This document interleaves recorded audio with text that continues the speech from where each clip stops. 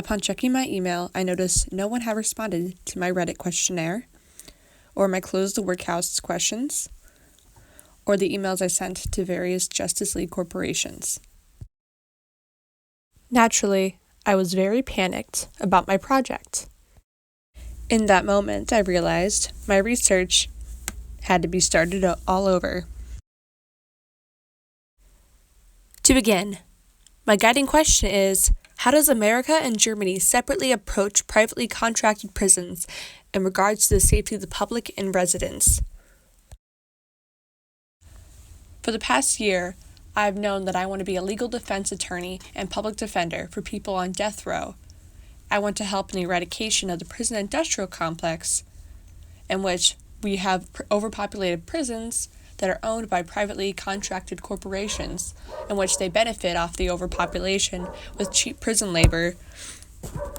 According to the 13th Amendment, slavery is prohibited in the Constitution, except for the clause stating in forms of prison labor. And so private corporations has used this loophole to make cheap materials with the cheap manual labor, in which people have no choice but to participate. Another terrible trend in our prison industry is the way in which prisoners are treated with little dignity. Many people believe that once you enter prison, you lose all human rights. And so, many cases of violation of human rights are taken as a byproduct of being a criminal or breaking a law. However, in Germany, violating someone's human dignity is a direct violation of their own constitution. According to Human Rights and Humanitarian Aid, an article that inmates and guards have very personal relationships, which is far unlike what we have in America. For confidential reasons, I will be using a stock photo instead of my actual uncle. My uncle is a prison warden in Colorado, in which he describes the inmate and prisoner-guard relations to be very tense and disassociated. In fact, inmates are called inmate or their prison number. As well, any sort of personal or communicative relationships are highly discouraged. In return, by disassociating ourselves from the problems and lives of inmates, prison guards and the public fuel the system of viewing criminals as less than people. In America, prison is a punishment, not a way to be rehabilitated. According to What Can U.S. Corrections Learn from the German Prison System, Germany has a vastly different approach to bettering the lives of inmates in a rehabilitative manner. German prisons have cells that somewhat resemble personal apartments, in which each inmate is able to have their own key. Solitary confinement is a rare occurrence in German prisons, in which the average stay is only 3 to 5 days. In America, that is generally not the case, in which solitary confinement is abused. According to the United Nations Committee Against Torture, full isolation longer than 22 to 23 hours is torture. However, maximum security prisons have kept people in solitary confinement for far longer, in which 15 days is considered average. Louisiana currently holds the record for keeping a man in solitary confinement for 43 years and counting.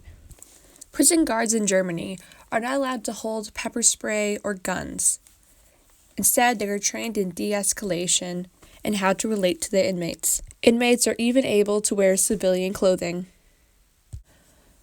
Although the prison seems laid back, no one has ever escaped the Samheim maximum security prison as shown. The maximum security prison is full of modern technology such as cameras, motion detectors, and sound detectors, in which they receive appropriate funds. In Germany, 50% of inmates are released within 1 year, with the rest within 2 to 5 years. In America, due to mandatory minimum sentencing of the Reagan administration, petty crimes can land someone 15 years in prison.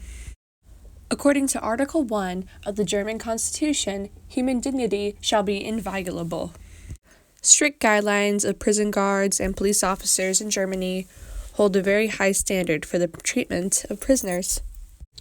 Such guidelines allow personal objects within private cells, even photographs of loved ones, personal objects, and smoking. The prison system also is required to meet nutritional standards regarding quality and quantity. And the prison service provides food that respects special dietary needs. On the contrary, Muslim ICE detainees are forced to choose between expired meals or pork.